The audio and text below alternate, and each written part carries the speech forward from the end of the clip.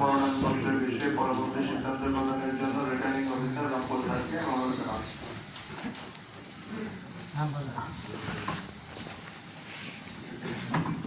ত্রয়োদশ জাতীয় সংসদ নির্বাচনের সংসদীয় আসন রংপুরের সংসদীয় আসন ৫।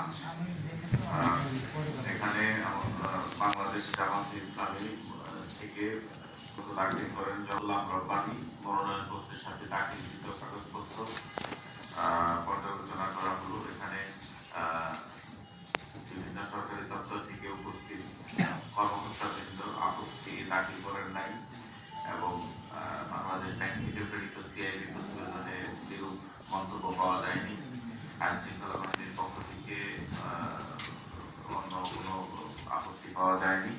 বিধায় জনাব মোহাম্মদ গোলাম রব্বানী বাংলাদেশ জামাত ইসলামী মনোনীত এর মনোনয়নপত্রখানা বৈধ বলে